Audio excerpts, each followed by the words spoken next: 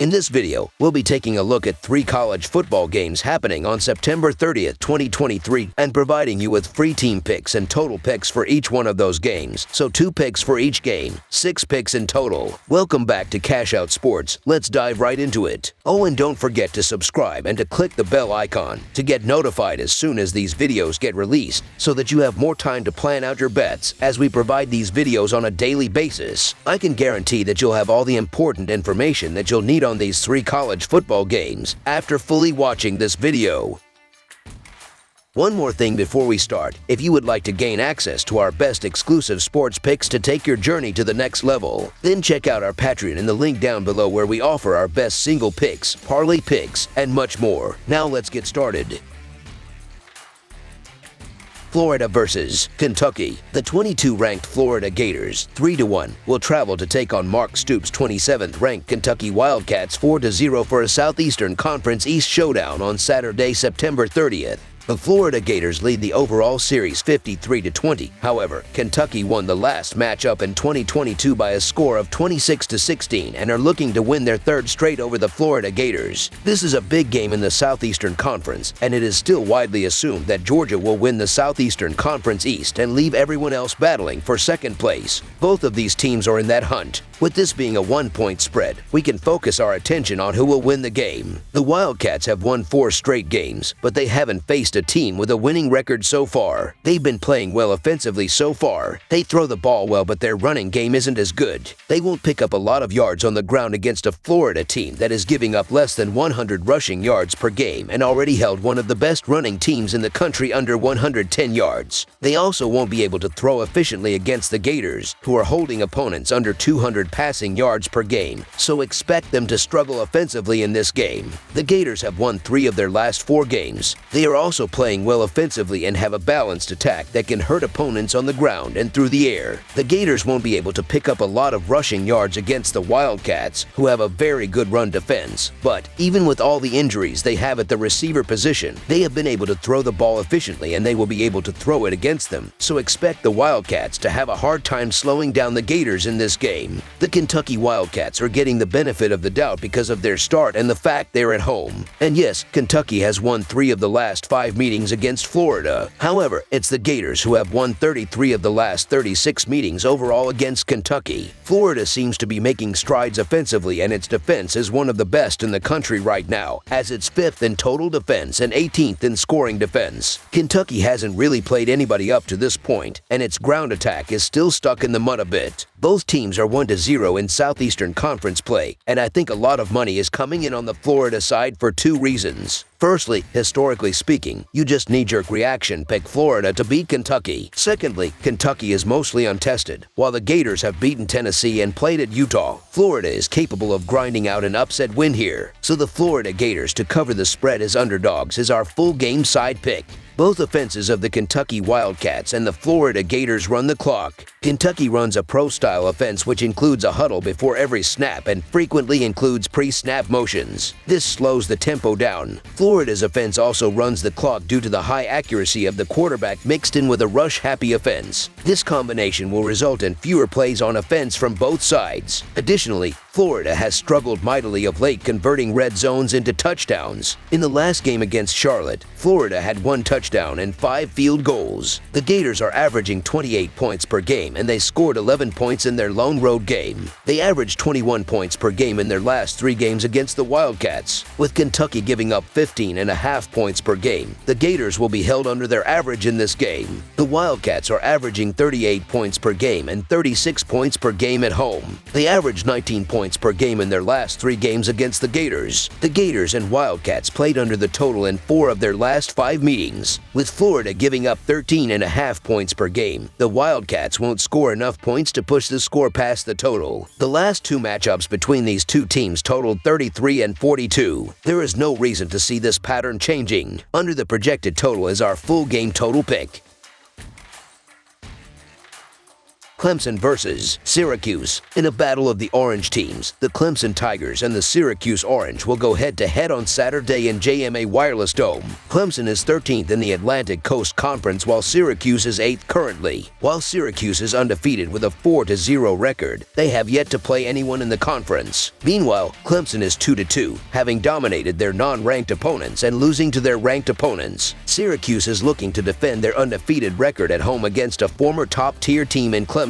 Meanwhile, Clemson is looking to bounce back from a tough loss to number 5 ranked Florida State. Clemson has played much tougher competition than Syracuse, but I still expect Syracuse to put up enough of a fight in this one regardless of the outcome. Both teams will rely on the run game and their defense in this one. With that in mind, I don't expect either team to lead by double digits for very long. Clemson's loss against Florida State may be a demoralizer, even though nobody expected them to compete on the same level as the Seminoles. Nonetheless, a loss is a loss, and time will tell how this team rebounds. If you look at the latest power rankings, these two teams are very close in the rankings. Clemson is listed as 17 while Syracuse is at 20. Clemson's 2 losses have come against top 20 teams while Syracuse's best opponent thus far has been Purdue, which is ranked number 67. While I think Clemson wins this, as they are due for a big win and will be primed to get that bad aftertaste of the Florida State loss off their palate, 7 points is too much here. Syracuse is at home and they will want to show the Atlantic Coast Conference they are for real, and I think they keep this close enough to cover a push. So the Syracuse Orange to cover the spread as underdogs is our full game side pick.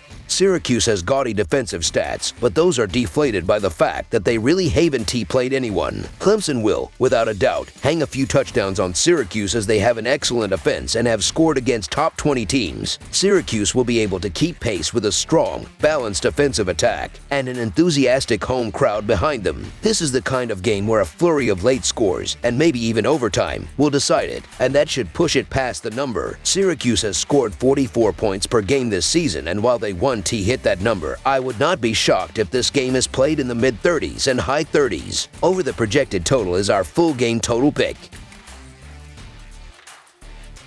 Texas Agricultural and Mechanical versus Arkansas. The Arkansas Razorbacks take on the Texas Agricultural and Mechanical Aggies on Saturday afternoon in a Southeastern Conference showdown from at&t Stadium. This has become one of the better rivalries in the Southeastern Conference over the last handful of years, though the Aggies have won 9 of the last 10 meetings. The Aggies weren't happy to not go undefeated during their non-conference schedule and know how important this Southeastern Conference matchup is. For Arkansas, hopes have been high the last few years, and a win against their rival in this one could set the tone that this season might be different. This is expected to be the most exciting game of the weekend in the Southeastern Conference and is one that fans will certainly want to tune in for. The Texas Aggies has enjoyed plenty of success in this Southeastern Conference West rivalry over the years as they've beaten Arkansas 10 out of the last 11 times. That includes last year's matchup at at&t Stadium, a 23-21 showdown that went to the Aggies. Well, the tight games aren't unusual for this matchup as the Hogs have covered in 4 of the last 5 matchups. Max Johnson steps in under center for the injured Connor Weigman, so it may take a little bit of time for him to settle in.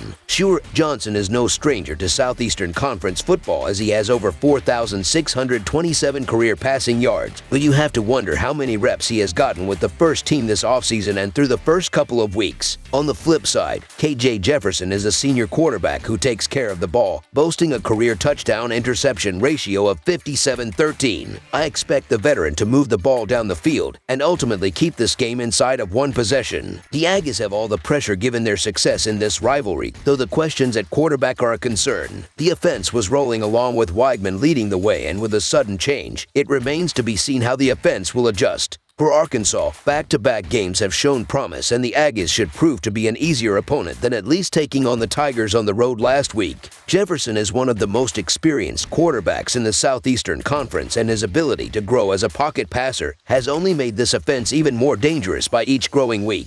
The Texas Aggies are the more talented team on paper, but they're still having issues running the ball, and they look terrible in their only non-home game this season against Miami. The Arkansas Razorbacks are coming off back-to-back losses, but both games were close, and that includes a road loss to LSU that came down to the wire. Arkansas is still physical defensively, and Jefferson is a playmaker at quarterback who should help this Razorbacks offense get it together. Last year's meeting was a 2-point game. Expect the same here. Additionally, the Aggies have struggled on on the road, failing to even win overall in any of their last 5 road games. The Razorbacks will lean on their experience to be the difference in this one. The Razorbacks might not be able to grab the win in this one, but they'll keep it close to the very end at the very least. So the Arkansas Razorbacks to cover the spread as underdogs is our full game side pick.